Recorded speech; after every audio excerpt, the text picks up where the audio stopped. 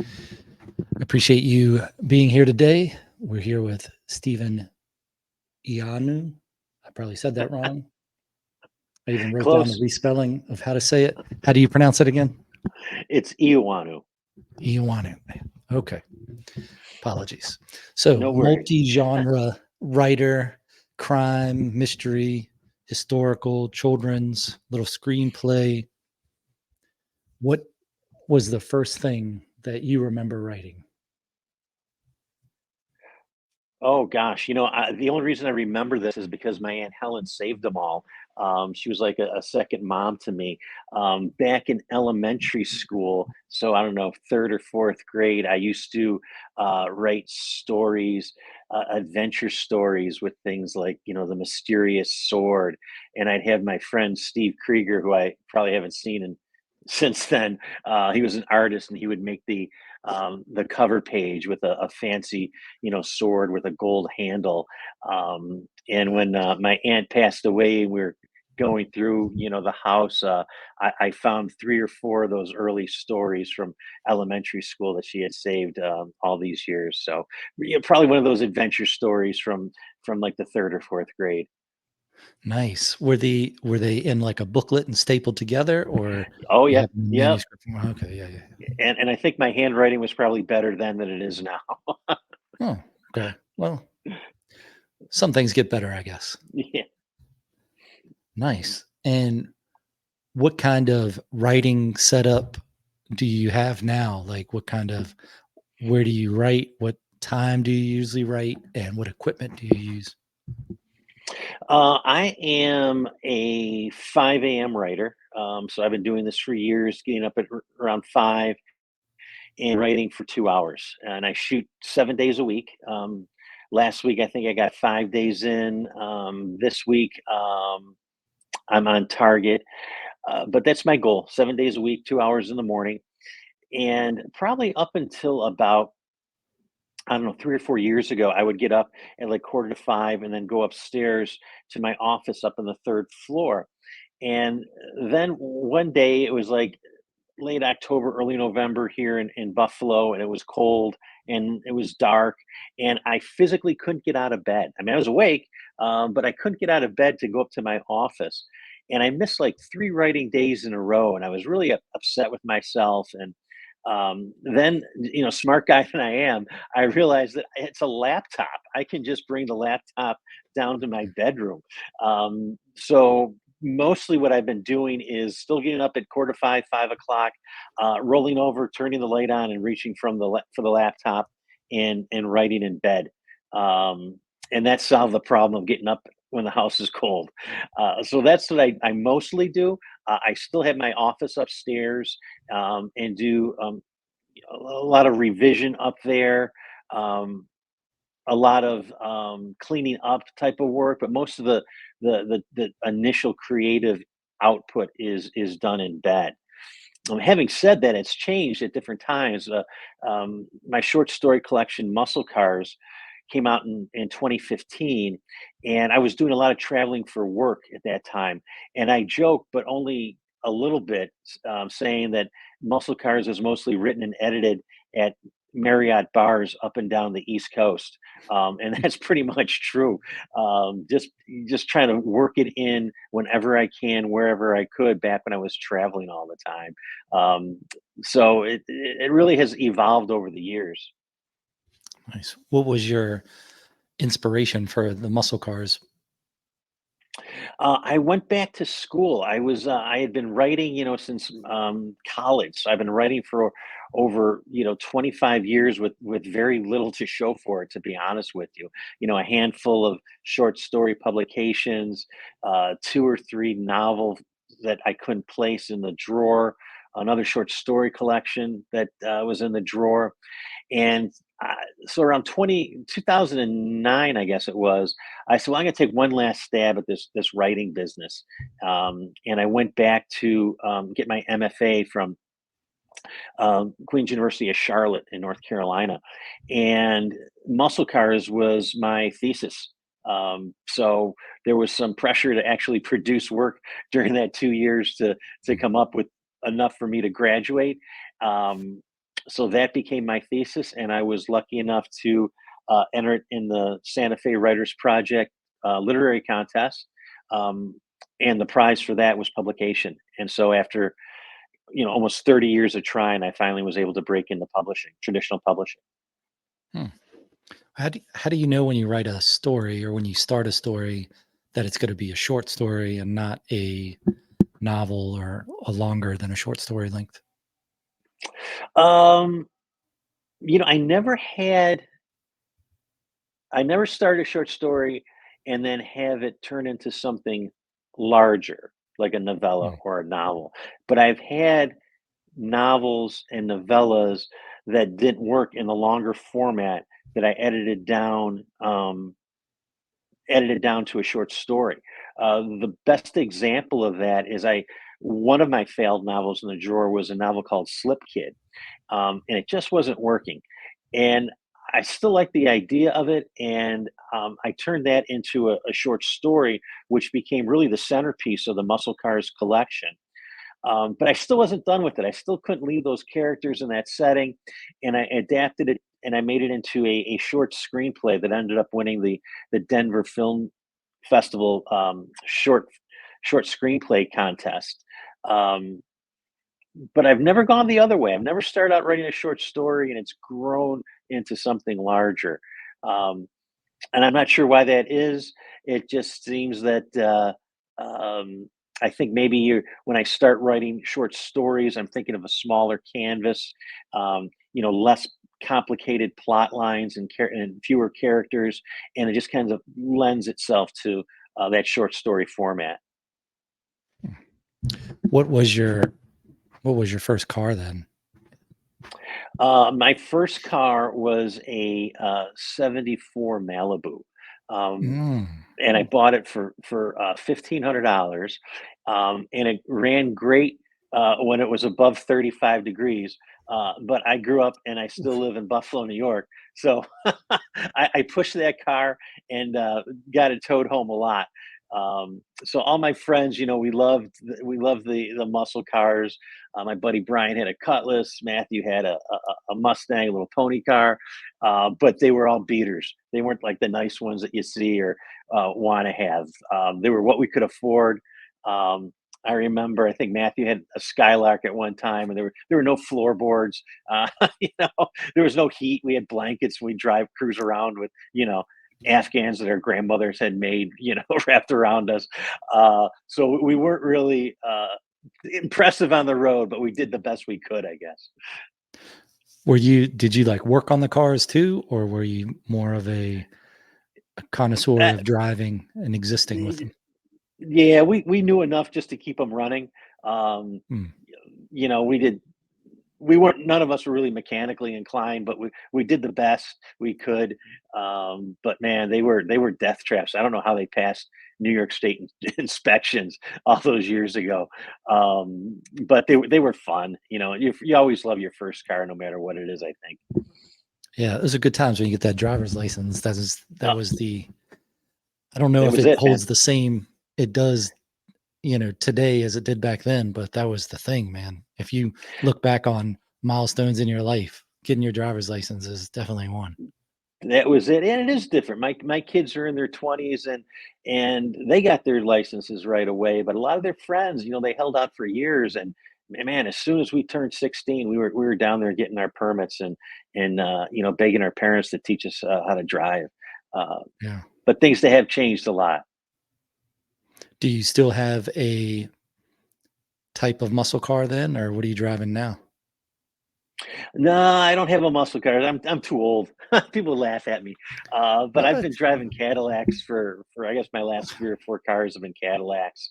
There you So go. I have a little two-door CDS that I zip around in. Okay. I mean, I think you can go with a nice resto mod and be reasonable, keep it Yeah, on the road and also be able to have the style of the muscle car. yeah. My first car was a 79 CJ7 and I'm about 5 Jeeps into it if you count like Jeeps like Wranglers and Hmm. YJs and JKs and things. But we've also had some Cherokees, although I don't count those as a Jeep like the other one. If you can't take the doors off readily, I've got an issue There with you it. But yeah, uh, growing up with cars is it seems like it's not as big a deal these days. But wow, those are good memories. You know, it's funny when we're talking, reminiscing, do you remember so and so from high school? We would always say, "Oh yeah, he drove the Nova, right?" Mm, We still, all these years later, identify the kids with what they drove. Poor Joe Weber had a Chevette. We'd make fun of him, but yeah, uh, yeah. Then did anybody have a Mach 1? no, No Mach 1s? Okay. no. All right. Mach 1 with a big speaker box in the back, and then you go the other way and you have the pickups. But I don't know if are you upstate? Yeah, Buffalo, right? Western New York. Yep. Yeah, yeah. So, yeah, y'all probably had about the same time frame, the pickup trucks with the big whip antennas and the CBs and all that? Yeah? Yeah, yeah, that was around. None of us really drove those. Hmm, But we were just driving the rust buckets, hmm. trying to be as cool as we could in the old Cutlasses and Novas and the occasional GTO. Yeah. What's your opinion on resto mods versus just classic stock? I like classic stock. I guess I'm Mhm, just old school. Um, you kind of romanticize what you grew up with. Um, mhm. and a lot of memories attached with those cars. Like I said, remembering people by what they drove. So yeah, I go with the classics. It's nice to stop though. The four-wheel disc brake really changed things. I mean, you had the V8 and then no stopping power. It was scary. Yeah. How many vehicle crashes have you been in? How many crashes have I been in? Yeah. Let me think now. Not a lot. Maybe two or three. One. Yeah, I'd say two or three. Nothing serious though. Walked away from all of them. Knock on wood. Any any memorable lines right before the crash happened? Like you and your friends are in the car and somebody says something and then the crash? No, I don't. No, I can't remember any of that. But that would be something good if you're writing a scene and come up with that one great line right before impact. Yeah. Here's two. 79 CJ7. We're on a gravel road. My brother's driving. He says, "Watch this." Oh, Then we rolled over. Later, we're in a car with one of my brother's friends getting ready to go back to school for a soccer game. I think we went to like Burger King or Walmart or something before the game, and then we were driving back to the school, and we're going behind the Walmart. There's a little curvy road, and he says, "Let's thrash some curves," and then we're off the road into the trees. Yeah, those memorable lines that stick with you. So you have the short story books and then you have the children's books. How did you get into writing children's books? I didn't write a children's book. It was only one short story. It was called "Swimming Naked," and it was part of Muscle Cars. So Mm, I went to public school up here, and I grew up in a suburb of Buffalo called Kenmore. And in junior high school and high school for gym class, the boys didn't wear bathing suits to swim in. It was a terrible experience. Um, the girls didn't have it much better. They were issued swimming suits from the school, but they were color coded by size. So like the smaller mm, girls would get like, I don't know, white. Average size girl would get blue. Heavier size girls would get one color. I mean, it was terrible. mm, So I wrote a short story called "Swimming Naked" about that because it was terrible. We'd have to sit on the cold bleachers while they took attendance.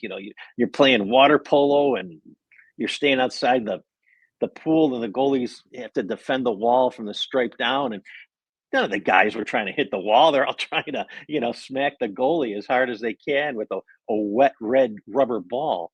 So I yeah. wrote this short story about it called "Swimming Naked," and it was published in a online journal called Yarn, the Young Adult Readers Network, Mm. and it was very popular at the time, and it actually won an award from the uh, Society of Children's Book Writers and Illustrators. So that was my only, and that was more of a, like I said, a YA type of short story. So I haven't made the journey into children's uh, literature yet, but the closest Okay. I've come is Swimming Naked. Okay, maybe that's what I saw, Hmm. the award from the Children's Book Association and Yep. illustrating. Was that short story illustrated at all, or that's just in the title of the award? No, they added some graphics up on the website, but the story itself wasn't illustrated. Okay. When you're developing your ideas, either for short story or longer length, how do you how do you get those ideas together? Yeah, it's tricky. I'm not. I've never been one to outline. I really don't have things plotted out in advance. I'm more of a fly by the seat of my pants type of writer. Um, for the longer works like Rook and Yesteryear, the novels that are out, I would make lists like these are the points I need to cover, just to make sure that I didn't miss any of the key milestones that I had plotted. But most of it's just in my head. Um, I don't have like a wall of sticky notes or anything like that. What I did find helpful, and I started doing this with Yesteryear that just came out last October, is after I write, I just got a piece of tag board from home from Office Depot, and I'll write out. I storyboard it. So after I've written, say chapter one, I'll write down which characters were in chapter one, what were the scenes, a few words to remind me like what the main action was, just to make sure that I don't lose track of any characters or story thread um, throughout the course of the novel, and that seems to really help me a lot. I know with Yesteryear, I had to do some editing of the middle part of the book, and to be able to see that and be able to move chapters around uh, really helped having that visual Mm. kind of cheat sheet on that tag board. But that's as far as I go as far as organizing my thoughts. I mean, I'll take notes that I'll refer to once in a while. But even then, it's really just to get me thinking more than referring back to my notes. But I do go back to them and I go, oh, that's a good. I forgot about that. That's a good point. I should include that. Um, but it just seems to develop naturally as I'm writing. I seem to find my way, and I think right now I'm writing with a lot of confidence that I didn't have um, even 10, 15 years ago. So I trust that I'm going to find my way sooner or later, which I know isn't very practical. And I know if there's some real um, outliners who are going to watch and listen to this podcast, they're probably cringing at the idea of that. But yeah, I like to see where the prose takes me, because it's always a surprise. Do you think that confidence came about from having written enough to the point where you're not worried about it not working out, I to where it's think worked so. I out think before?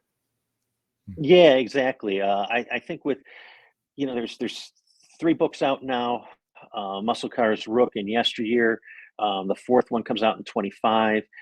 So I've got enough confidence that with the publications that I'm going to figure it out sooner or later. That's my blind faith. Not necessarily in my in myself, but whatever muse is out there looking out for me, sooner or later is going to show me the right path to go down. What what do you think the muse is? Like, I don't know. Norman Mailer wrote that book, "Writing is the Spooky Art," um, mm, about writing. And you write a sentence, and the next day you go back to reread what you wrote, and you have no idea where that sentence came from, or where you got that idea for a character. It just seems to appear when you need it. That's the spooky part of writing, and I don't know what what is pushing those things, or to us writers, to us creative people. But I think if we're receptive and open, it finds us. And I don't know who's sending it. I hope they don't stop. Yeah. Yeah. I've had that experience with poetry mainly. Is I've always thought, okay, that's it. I don't have any other poetry in me. And then you go back to that place wherever poetry lives, and you're like, oh, okay, it's always here. It's, Yep. and I think that's where that confidence comes in, because you're like, I can always go back to this because it's always going to be there. So that's pretty good. It's been there. Maybe that's a thing where you're depending on something that it's just always been that way, so you feel like it's always going to be that way. But it certainly seems reassuring when you go Yeah. back and hit those processes. And it's one of the themes that I was exploring in yesteryear. Yesteryear is about a writer, Franz Stryker, who wrote The Lone Ranger and The Green Hornet, and in the 1930s as radio plays. And part of that book is he's trying to come up with this idea for a new hero, which is the Lone Ranger. Um, and the ideas are all around him, the white horse, the masked man. They're all in the action, the plot of the story, but Fran is kind of oblivious to it. He isn't open to it yet. He's got a writer's block. But to the readers who are familiar with the Lone Ranger tropes, it's right there in front of us, and Fran just doesn't know it yet. But by the time we get to the end of the novel, he of course has figured it out and has come up with the Lone Ranger. But the idea that I was trying to explore was like, where do ideas come from? Where does this spooky stuff come from? And the answer is, it's just really all around us. Everything's there for us to use and bring in. And if it doesn't work, we can always edit out for the next piece. But that was one of the main subplots of the book. Do you think the writer is more of a conduit or a an originator of the ideas, or how do you think that that creativity comes about? If it's from out there and you're just the antenna for it, or do you think it's more of it's the individual made it? Yeah, I go back and forth. I thought about this a lot. I've read articles about you know, people on opposite ends of the world working on almost the same thing at the same time. Um, and Mm, they come up with, whether it's writing or, you know, scientific inquiry, where does that inspiration come? Why is it happening at the same time to two different people thousands of miles away? And so it seems like what we're a conduit for whatever's out there. And then I swing the other way and I say, no, no, it's not that. It's the artist. It's the artist who is aware of his or her surroundings and history, and all the inputs that come in, and we're generating that. So right now, today, I think it's more of the individual creator. Tomorrow, if you ask me that question, I will say 100%. You're just an antenna. So I don't know the answer, but it is uh, kind of remarkable when it's working, right? And you're getting these ideas, and you're putting them down on paper, and you're writing well. That is invariably the best part of my day. I'd consider this idea that it's just a little bit of both of those. Yeah. That there is the individual plays a large part in it, because you have to be right place and time and open yourself up to whatever creative forces there are out there. But I can definitely look at things and think, I wrote that. And then Hmm. I look at other things that I wrote and go, well, that's something else. Yep. And usually the better stuff is the something else. Like, especially with poetry or lines, when you have some dialogue going, and you go, man, that sounds kind of George Lucasy like dialogue. It's kind of cheesy.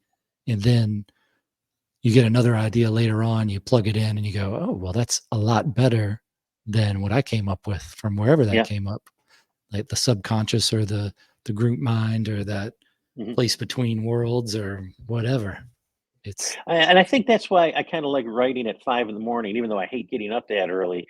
I like writing right after I wake up, Kind of moving from that dream state into that creative state. It's kind of a great overlapping area, I think, that I don't feel the same way when I'm writing in the afternoon or evening.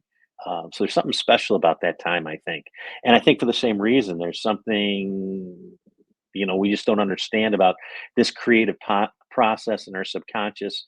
But sometimes they bleed together, and that's when some really interesting things come out on the paper.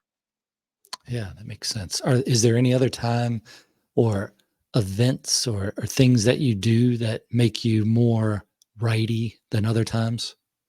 No, I don't have any rituals or have to have certain music playing.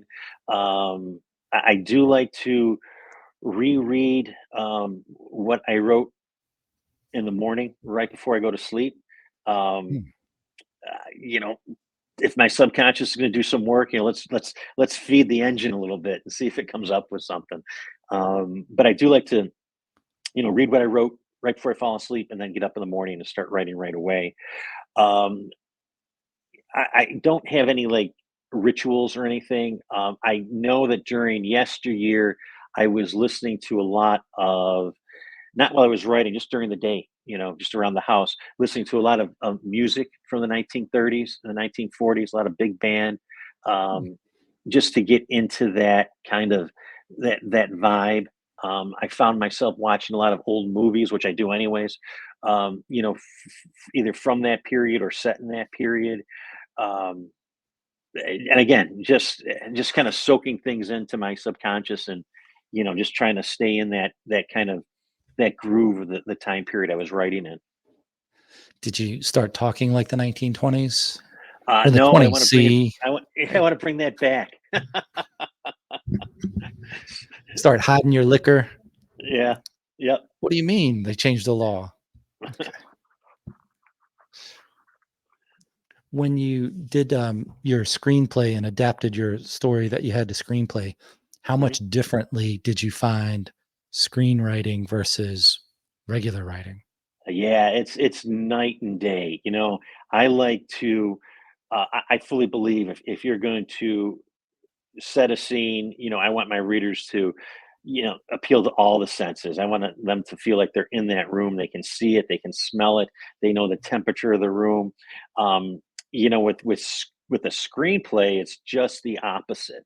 Um, so instead of describing a Christmas tree and all the ornaments on it and the way it looks, in the screenplay it'll be fade in, living room, Christmas tree, right corner, and that's it. Yeah.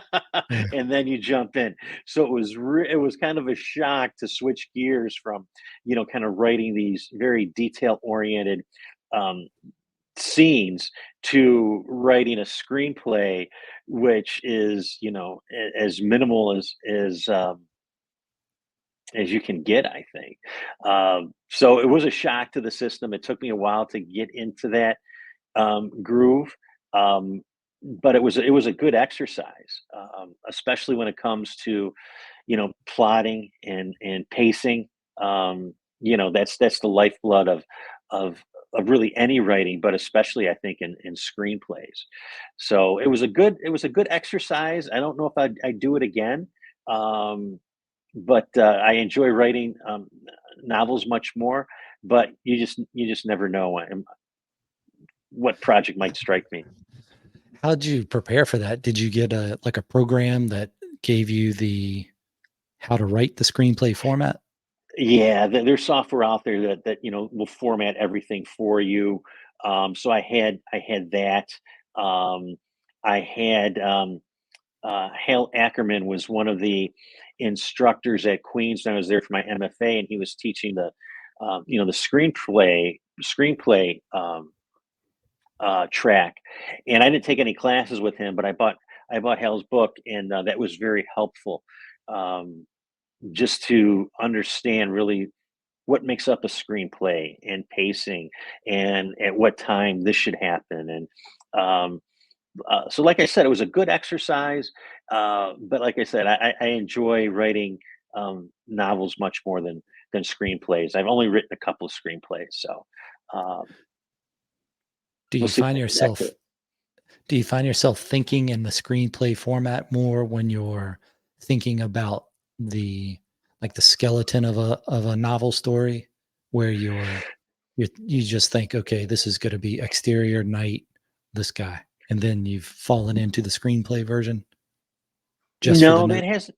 Yeah, no, that Mm, hasn't really happened. When I'm writing a novel, it's more like what would happen next. Um, Rather than thinking of and then, okay, then so what's gonna happen next? Oh, they're gonna go for breakfast. I don't think about, morning, New Genesee restaurant, corner booth. I don't think in those terms. But I can see how screenplay writers would, if they were moving more into prose. But I'm more of, okay, what's the New Genesee smell like when you walk in the door? Are you smelling, home fries on the grill? Um, this is set in 1932. Are there folks smoking at the counter? Um, is there a baby crying in the corner, and the mother's trying to quiet her? I'm thinking more of trying to visualize the scene like it was more of a movie rather mhm. than how you would write a screenplay, if that makes sense. Yeah, it does. That's I always wondered because I just recently started trying to write screenplay stuff, and I always wondered when you heard like in movies or somewhere where they say, I need 50 pages on that by tomorrow morning. I'm like, wow, how are they going to Yeah, write that in? How are they going to write 50 pages in a night? And then I started writing them and I go, oh, okay, I can see how this, because all you're doing is you're basically doing instructions for the director and then exactly. suggestions for the actors. And Hmm. it's like, oh, here you go. This. When you saw your screenplay produced, did you were there things that people put into it or the take of the actor or the person directing it that was not what you thought it would be? No, that my short screenplay, Slip Kid, was never produced. It just won the award. I never really pursued it beyond that, trying to get it developed, and I still may. But that would be very interesting to see how it would be interpreted, um, different than my vision for it. And I've thought about that, and I'm not sure what my reaction would be, if it would make me uncomfortable or what if they did it better than I imagined, which is I think that might be almost as upsetting as if they really botched it, because if at least if they ruined it I could say, well, the screenplay or the short story was much better. But it was like, oh man, they did a better job than I did when I wrote that story or screenplay or novel that was adapted. So I'm hoping that down the line, some of my work would be adapted, to the screen.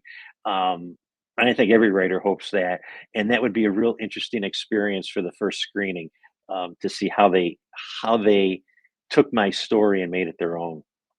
Yeah, I would go with, I see I see how you interpreted that, or I was wondering if you're going to go that way with that. Yeah, Just go with it if you think it's better. And then maybe even you just say that I really like your take on that. That's much better. That might get you the next writing gig too. there you The go. humble writer. Instead of the person there saying, no, no, that's not how that person should be saying that. It Reading those books about screenplay and then doing it and thinking about it and looking at screenplays for TV shows that I've seen that like the Seinfeld one, and you Mm, read the screenplay and you go, "Oh, okay, this is what's going on, and here's the framework for that, and that's how it works." It's You really see how much difference it makes what director you get oh, sure.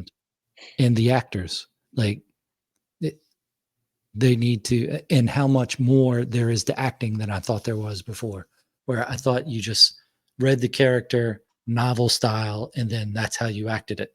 But then thinking about it and you just see, oh, these are suggestions or notes to the actor. And then the director is saying, this is how I'm going to shoot it. So then it's up to the actor to really see how they're going to act it. So Right. that's it's it's a lot more collaboration than knew it was collaboration before, but it's a lot more than I thought it was.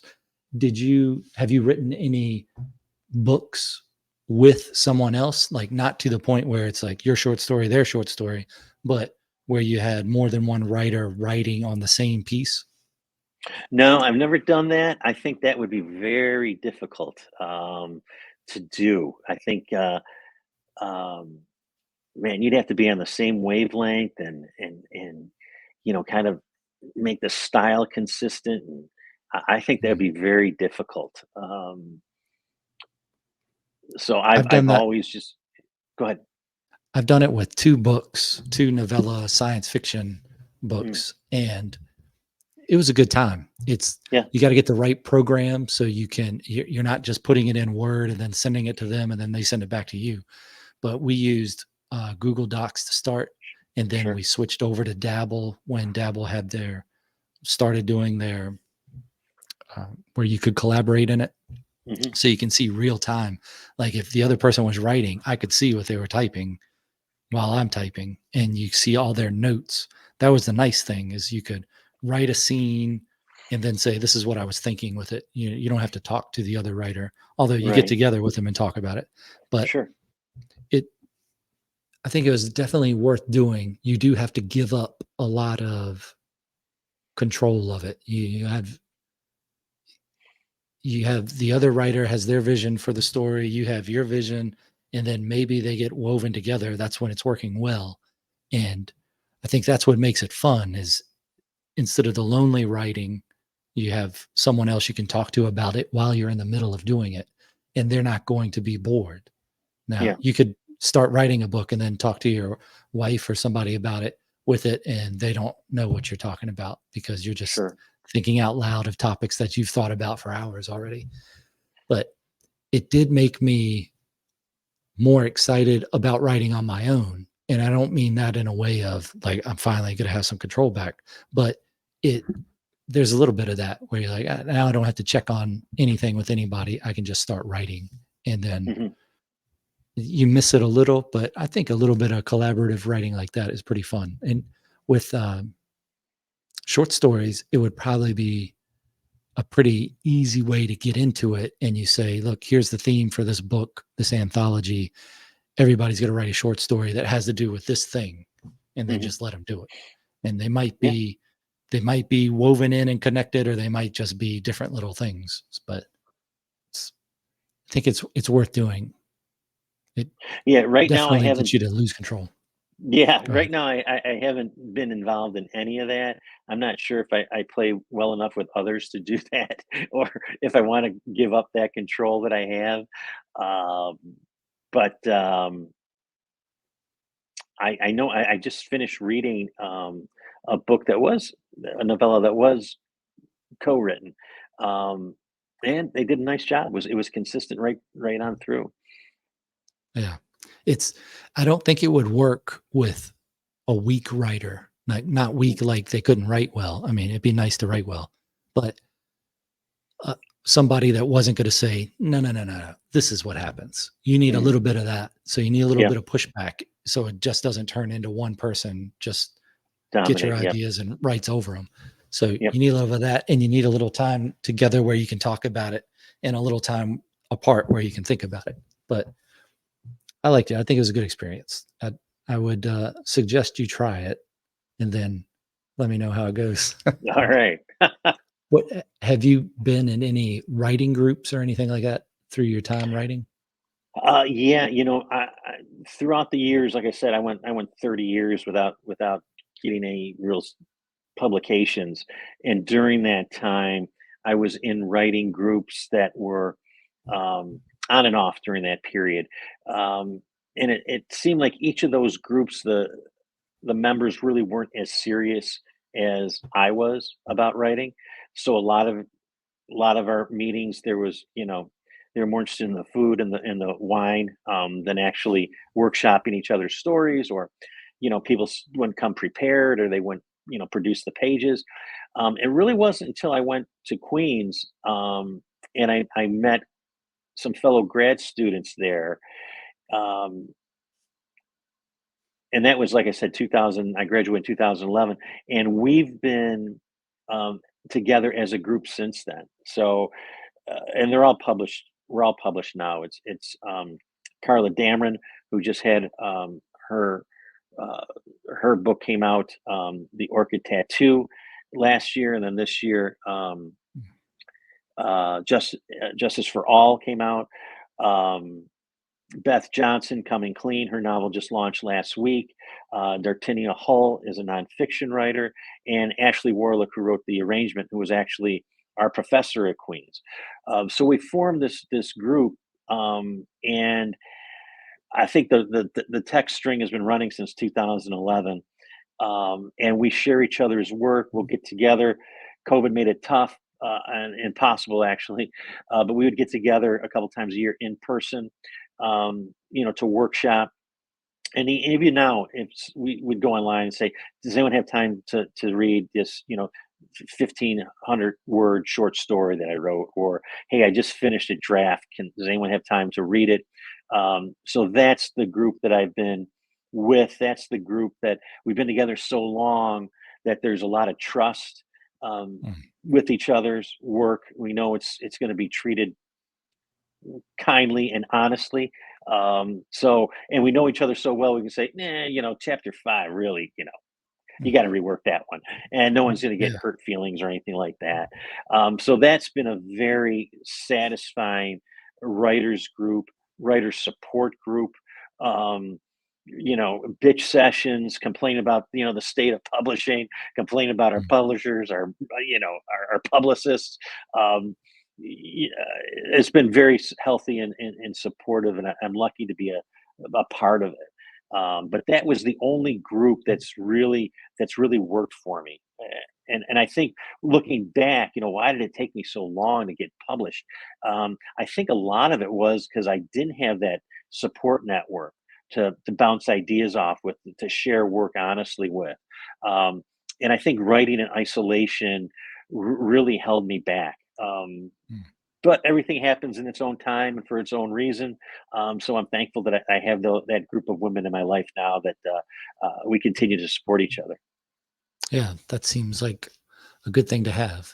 What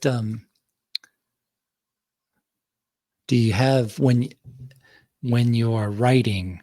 Do you have some other people that you send like almost completed drafts to? Like you get to the fourth or fifth draft and you have like an ideal reader that you just send it to see if it's tracking or if there's weird things No, that you left out? I really just rely on my writers group, to be honest with you, at this point. I Okay. was much more uh, willing to open up and share work. Um, but what I found was the feedback I was getting was pretty minimal and not very deep in terms of, analysis. Um, so I think I've at this point in my career, I've just pulled it back just to these four women that have been so supportive. Okay. When you're writing your screenplay, is developing a character different than, or how is it different when you're writing a novel? Well, the big thing, is just the physical description, the characteristics. So, in a novel, um, I may, when I first introduce a character, I may spend a paragraph or so, I mean, describing that character, what they look like. Do they have a limp? How are they dressed? Um, and then a screenplay is, like you said, it's just kind of guidelines to the actor. So it would be, white male, mid 30s, um, casually dressed, and that would be it. That would be the description. So the Mm. physical part is completely different. What I think is the same is you still need that character development. You still need to see that character grow and change over the course of a screenplay, or a novel or a short story.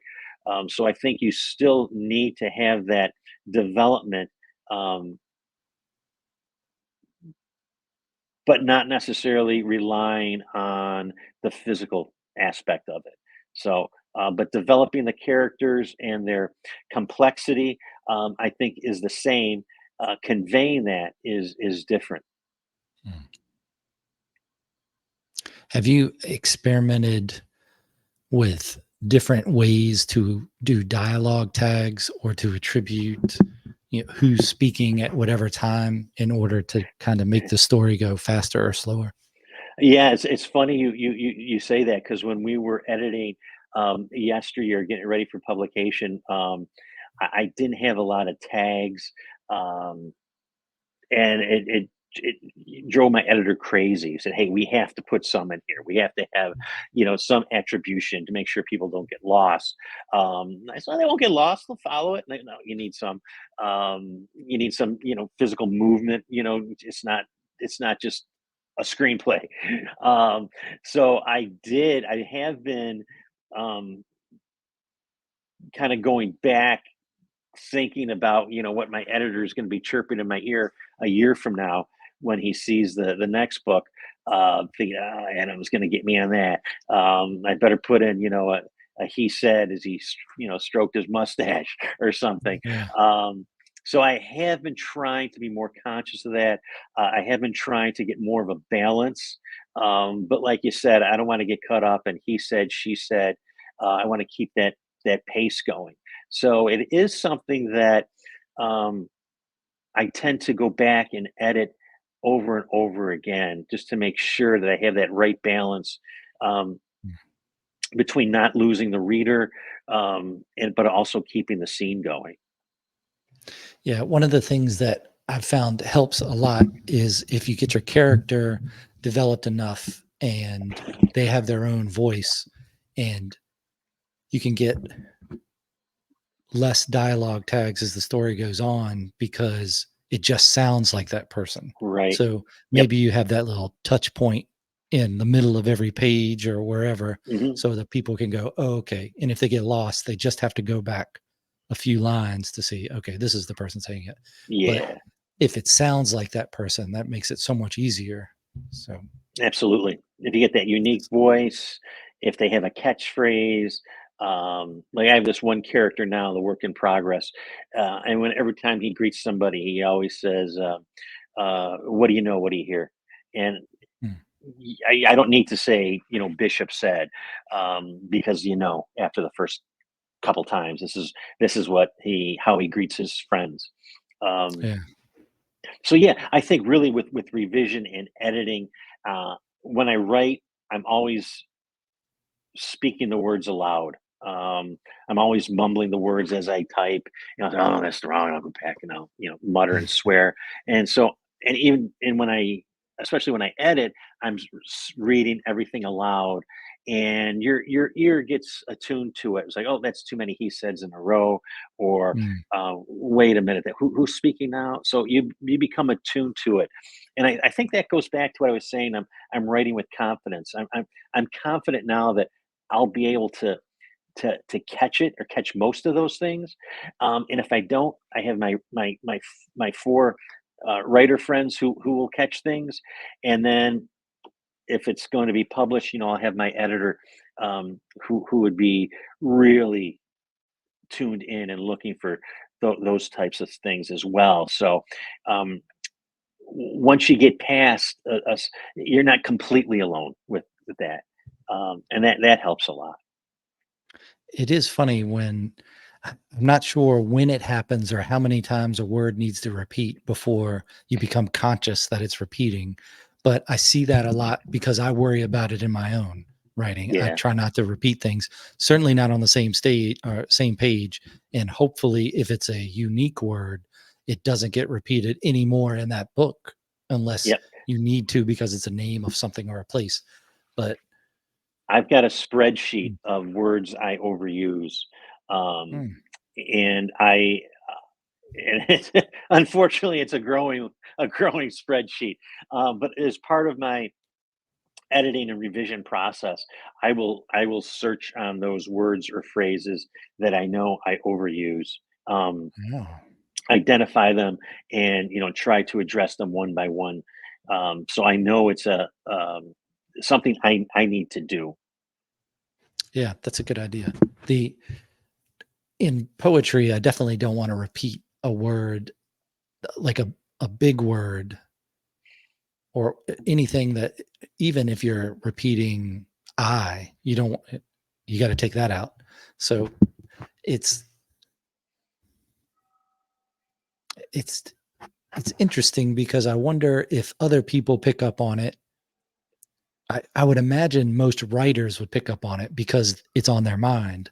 And then I wonder if most readers pick up on it unless it's a word that is just normal to them. The last one I remember in a book I was reading was trundle, and Mm, everything was trundling. The truck was trundling down the road, people were trundling by, and I was like, "Oh, three times yeah, I'll give it to you in a chapter, but you're doing it 5 or 7 times on a page, and that's right. a lot of noise in that writing."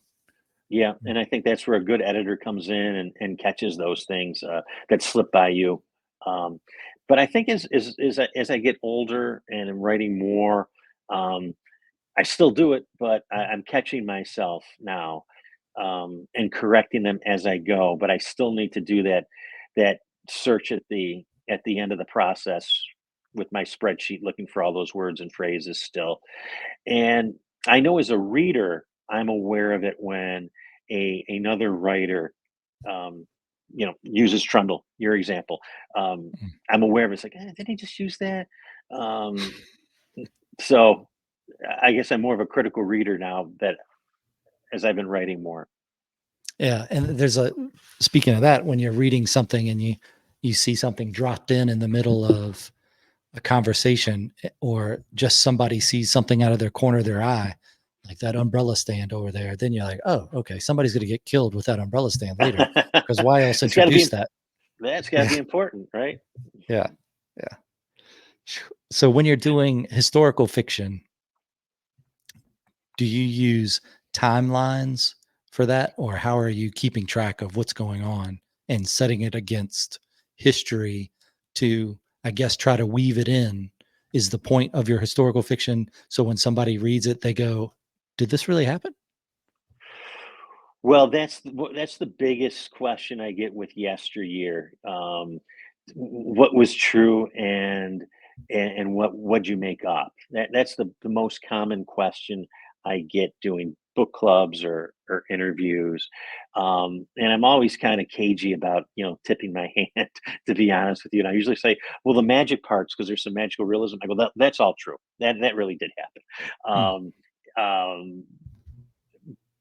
But what I try to do with historical fiction is I want the readers to feel like they are back in 1932 Buffalo, New York during the Depression. I want to take them out of present day and at least for a little while make them feel like they're in a different world. Um, and that means if there's a radio playing, it's going to be like Bing Crosby crooning, right? If there's a car that's going to go by, it's going to be a Packard. Um, and they're fun to describe, right? This clothes, the cars. What drinks were popular then? Just I want them to feel like they're in a different time, in a different place, at least for a little bit. Um, mm, so that was really my goal. To do that, I went to the library and got on the microfiche and made myself nauseous a lot going through the microfiche, reading just newspapers from that era, just to see what food prices were, what clothes were people buying, what was playing at the corner movie theater. And it's remarkable because a lot of the news stories are the same stories that are news today. mm. Problems in the Middle East, problems with inflation, problems with aggression in Europe. It's like, man, history just is repeating itself in a lot of these cases. Um, and then it's also interesting to see just the weird, quirky things that made the newspapers back then. Um, a simpler time, right? Someone's chickens were stolen or something. You know, Yeah. that's always fun. But I did a lot of that type of reading, just to get my mind set in that particular era that I was writing about. How long do you usually do your research before you actually start writing? Yeah, a lot of people ask me that, and I never had like a time limit. Like when I knew I wanted to write about Fran Stryker and the creation of the Lone Ranger, I didn't say, okay, I'm going to do research on Fran and early days of radio and the Depression for 6 months, and I'm going to start writing. I just read until I felt like I was full. That's like the best way I can describe it. I felt like I had enough to start.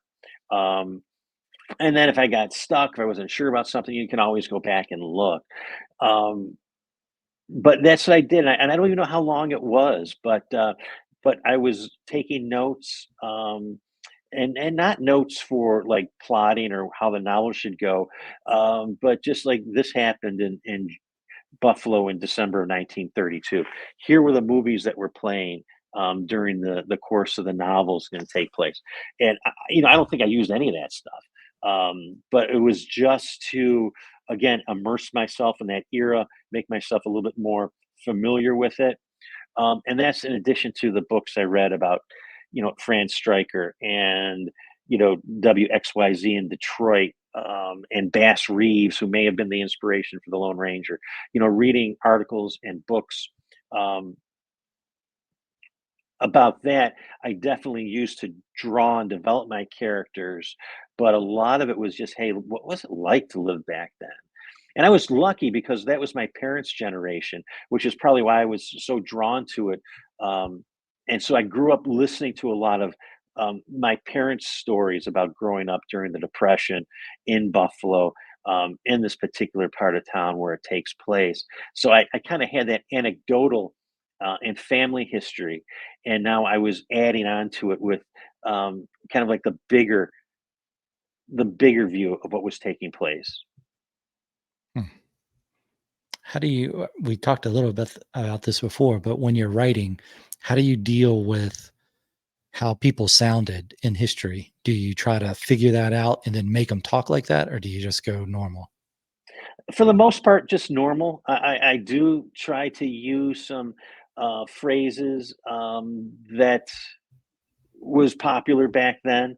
Um, I tend to, watch a lot of old movies. I probably am subconsciously mimicking a lot of the dialogue that from those movies. Um, but for the most part, it's pretty much the same. But like I said, I sprinkle in enough, I hope, to convey that time period, at least through their speech. Hmm.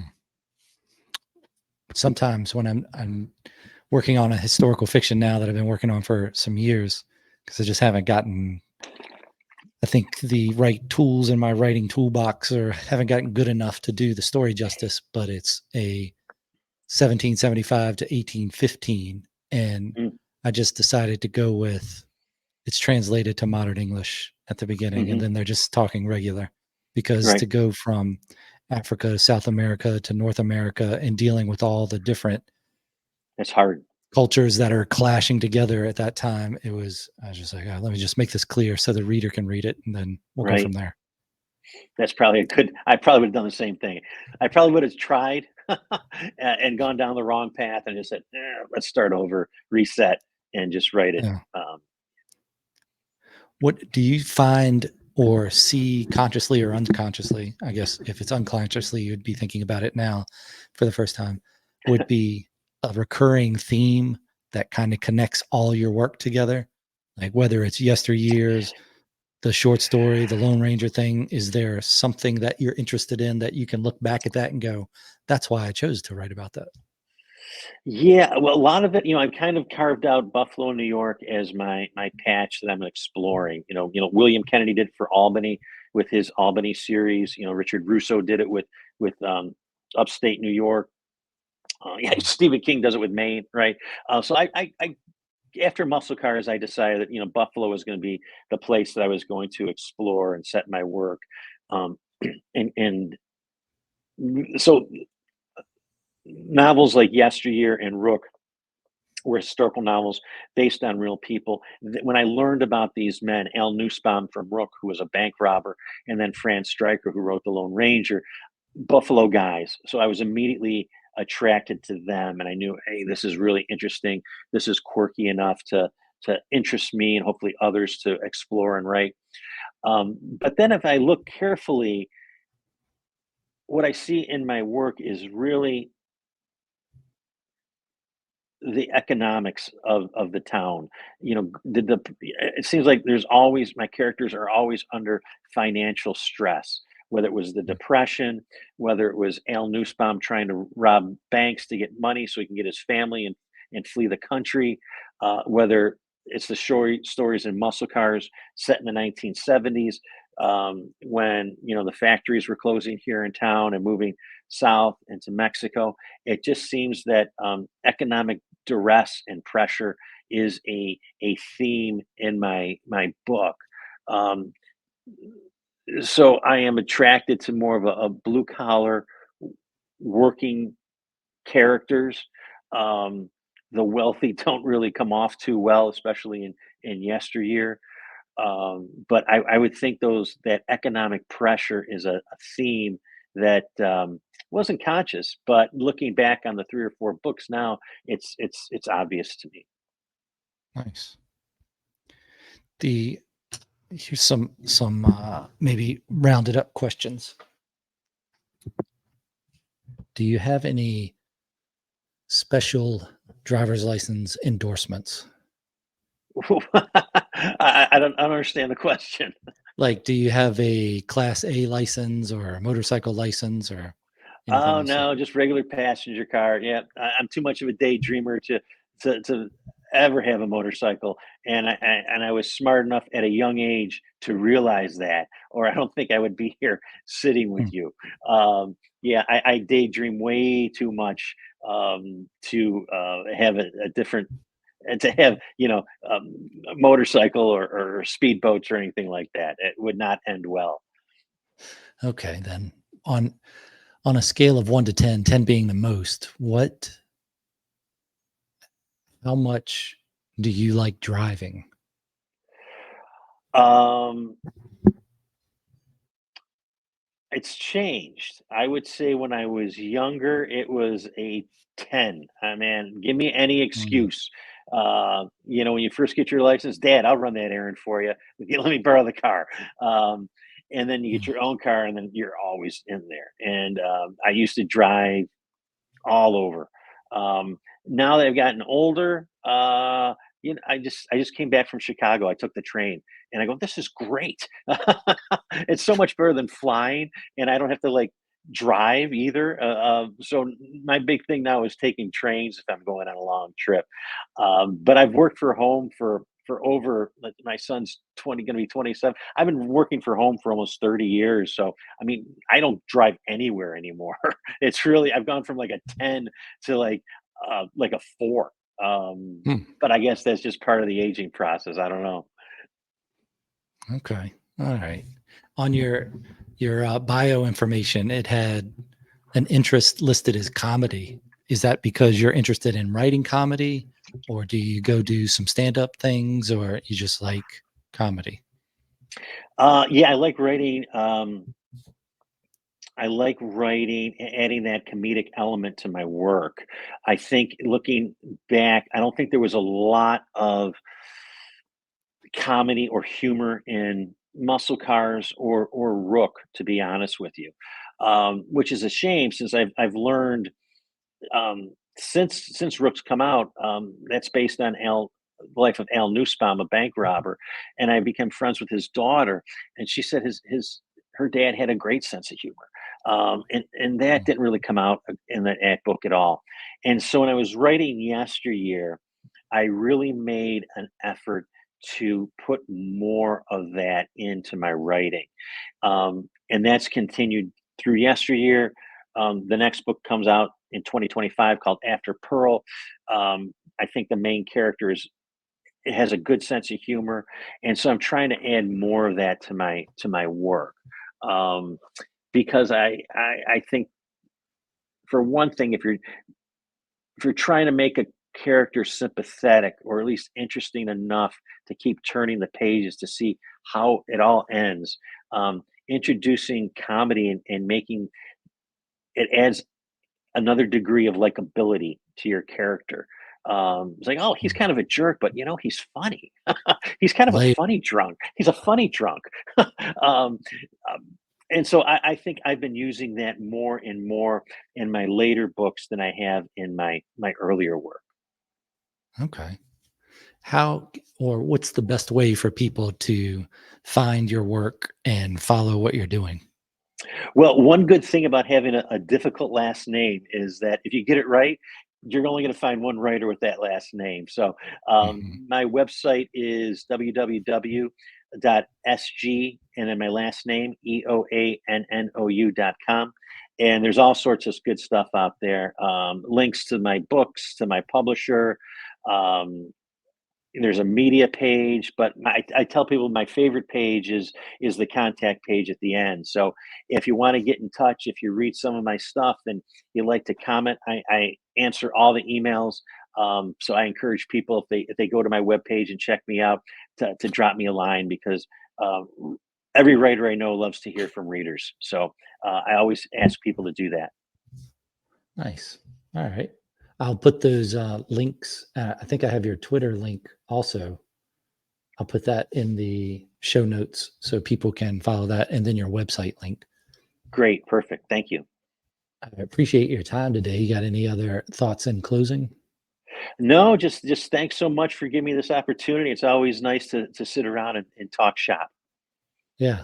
That first writing group when you're like, yeah, they were more interested in drinking and eating. I mean, I think you need that kind of writing group. I think you might have discounted that too much. You got to keep your serious one, and then you keep your social one because how do you talk to the strange people if you're just talking to the serious people all the time? I mean, I guess they can be a little strange too, but Yeah, yeah, get that mixed up.